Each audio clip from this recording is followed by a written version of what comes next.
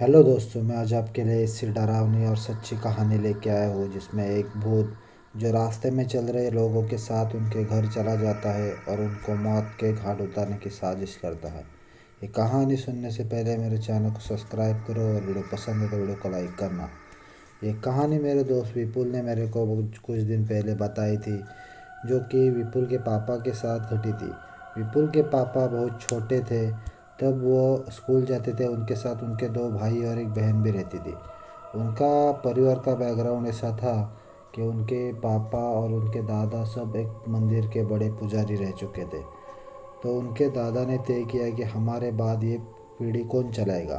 तब विपुल के पापा सबसे छोटे थे, तो उसके दादाजी ने बोला कि विपुल के पापा ये सब चलाएंगे। और विपुल के पापा का नाम था राकेश। तो उनके दादाजी ने बोला कि राकेश कि ये हमारी पूरी पीढ़ी का पूरा काम है, वो संभालेंगे, मंदिर का काम संभालेंगे। और राकेश वहाँ स्कूल में पढ़ते थे, वो कक्षा 10वीं में पढ़ते थे। तो ऐसे उनको पढ़ाई चालू हो गई, पूजा पाठ की। दादाजी रोज़ काम पे जाते थे और शाम को आके विपुल के पापा को सब कुछ पढ़ाते थे कि कैसे पूजा करते हैं, क्या पाठ है, क्या सिद्धि प्राप्त करने के लिए क्या करना पड़ेगा। ये सब ऐसे ही चल रहा था। कुछ दिन सीखने के बाद एक दिन विपुल के पापा और उसके दादाजी एक बाजू वाले गांव में पूजा करने के लिए रात को जाने वाले थे।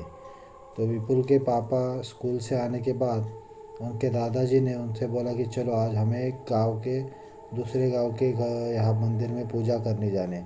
और विपुल ये सीख भी रहा था, तो उसको देखने को भी मिलेगा कि पूजा पाठ कैसा होता है।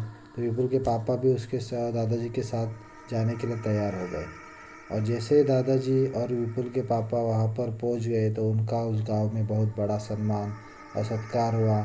और पूजा ख़त्म होने के बाद, ये पुराने ज़माने की कहानी है, इसीलिए वहाँ पर पैसे के बदले कुछ खाने की चीज़ें भी, जैसे मिठाइयाँ और कुछ खाने की चीज़ें साथ में देते थे। तो रात का टाइम था, तो विपुल के पापा को दादाजी ने बोला कि ये सब सामान के ऊपर तुम गंगा जल छिड़क लेना और तुलसी के पत्ते रख लेना, क्योंकि रास्ते में उनको जाने के लिए, घर जाने के लिए रात होने वाली थी। तो उनके दादाजी को मालूम था कि कुछ पिशाच और भूत उनके साथ चल सकते। तो ये सब गड़बड़ी में विपुल के पापा गंगा जल और तुलसी का पत्ता रखना भूल गए, और वैसे उसने टोकरी बांध ली और अपने सिर पे रख ली। और जैसे ही वो चल रहे थे, विपुल के पापा आगे आगे चल रहे थे और उनके दादाजी पीछे पीछे चल रहे थे।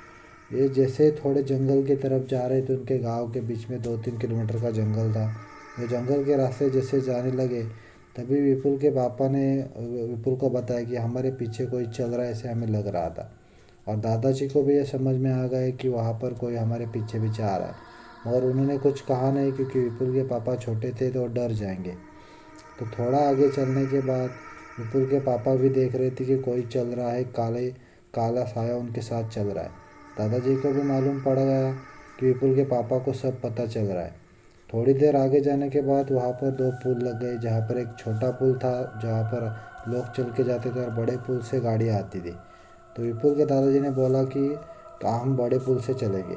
तभी वो बड़े पुल से जाने लगे, तो उनके साइड में देखने लगे कि वही बुरी आत्मा अलग अलग जानवरों का रूप लेके उनके साथ चल रहे, कभी शेर, कभी कुत्ता, कभी लोमड़ी, कभी कुछ जानवर या सुअर, ऐसा करके वो चल रही थी।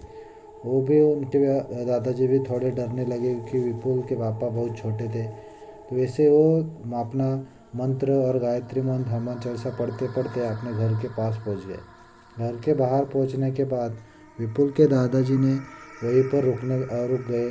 और विपुल के दादाजी पापा को बोले कि आप घर में जाओ और जल्दी से हमारे मंदिर में से कुछ तुलसी जल और चंदन लेके आओ, और अपने पापा को मत बताना क्योंकि नहीं तो वो चिल्लाएंगे। तो विपुल के दादाजी वहीं पर खड़े रहे, और विपुल के पापा घर के अंदर जाके वो सारी सामग्री लेके आए। जैसे ही वो सामग्री लेके आए, तो विपुल के पापा के दादाजी ने वो सारी, उस मिठाई में से थोड़ी मिठाई पत्ते पे निकाल कर वो तुलसी पानी छिड़क कर वहीं पे रख लिया, और उनके घर के अंदर वो चले गए। सुबह जब दादाजी उठे तो दादाजी ने देखा कि पत्ते पर से सारी मिठाई ख़त्म हो चुकी थी और पत्ता भी फाड़ के वहीं पर रखा था। ये सब देखकर दादाजी काफ़ी डर गए। तो दादाजी ने सोचा कि हम बड़े मंदिर में जाकर पूजा पाठ करेंगे इस सब से छुटकारा पाने के लिए। तो दादाजी कुछ दिन के लिए और विपुल के पापा दोनों बड़े मंदिर में चले गए।